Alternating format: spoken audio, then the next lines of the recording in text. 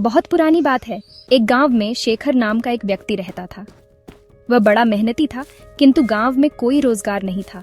उसने सोचा कि मैं शहर चला जाता हूँ, वहां मुझे मेरी योग्यता अनुसार मेहनत के पैसे मिल जाएंगे। ये सोचकर शेखर एक दिन अपने गांव से शहर की ओर चल दिया। शहर बहुत दूर था। चलते चलते शेखर थक चुका था। शेखर इतना थक गया था कि अब उससे बिल्कुल भी चला नहीं जा रहा था और वह थक कर वहीं बैठ गया।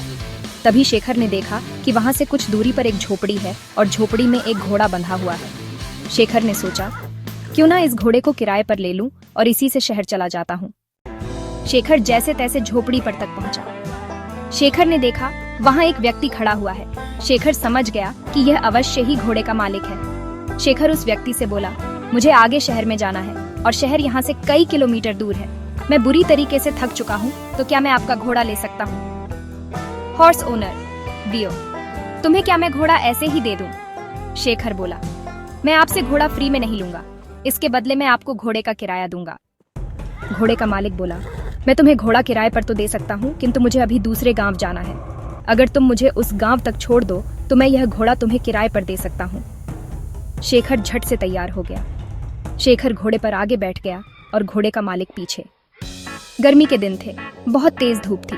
दोनों चलते चलते थक गए और पसीने से तरबतर हो गए। शेखर बोला, बहुत तेज गर्मी है और थकान भी बहुत हो रही है, कहीं थोड़ी देर आराम कर लिया जाए। दोनों ने इधर उधर देखा, किंतु कहीं भी कोई पेड़ नहीं दिखा।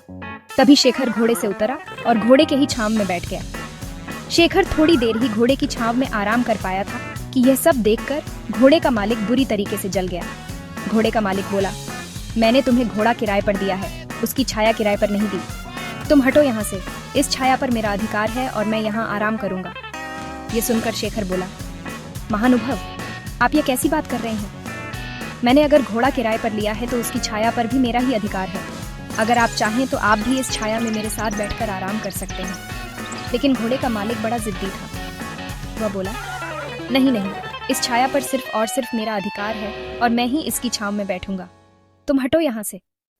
इतनी छोटी सी बात पर दोनों में जोर जोर से बहस होने लगी और बात तू मैं से हाथापाई पर आ गई। दोनों एक दूसरे से झगड़ने लगे और एक दूसरे पर लात घुसे बरसाने लगे।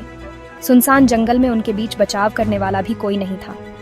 दोनों की लड़ाई देखकर घोड़ा भड़क गया और वहां से भाग गया। थोड़ी देर बाद जब घोड़े के मालिक ने घोड़े को देखा तो वह कहीं दिखलाई नहीं दिया। यह देखकर घोड़े का मालिक बोला, अरे मेरा घोड़ा कहाँ चला गया? वह तो अभी नया है। उसने ठीक से घर भी नहीं देखा, पता नहीं वह कहाँ गया और अब मैं उसे कैसे ढूंढूं? तभी शेखर बोला, अच्छा हुआ, तुम जैसे लोगों के साथ ऐसा ही होना चाहिए। अभी तुम छाया के लिए परेशान हो रहे थे, अब घोड़े की काया के लिए परेशान होना। घोड़े के मालिक को अपनी गलती का एहसास हुआ और अपना माथा पीटकर हाय तौबा करते हुए बैठ गया और बोला, मेरे थोड़े से लालच से मेरा कितना बड़ा नुकसान हो गया। मुझे अपनी करनी का फल मिल गया। घोड़े की छाया के लोभ के कारण घोड़े की काया से भी हाथ धो बैठा। शिक्षा। इस कहानी से हमें शिक्षा मिलती है कि लालच बुरी बला है और कभी कभी छोटे से लोभ के कारण बड़ा नुकसान उठाना पड़ सकता है।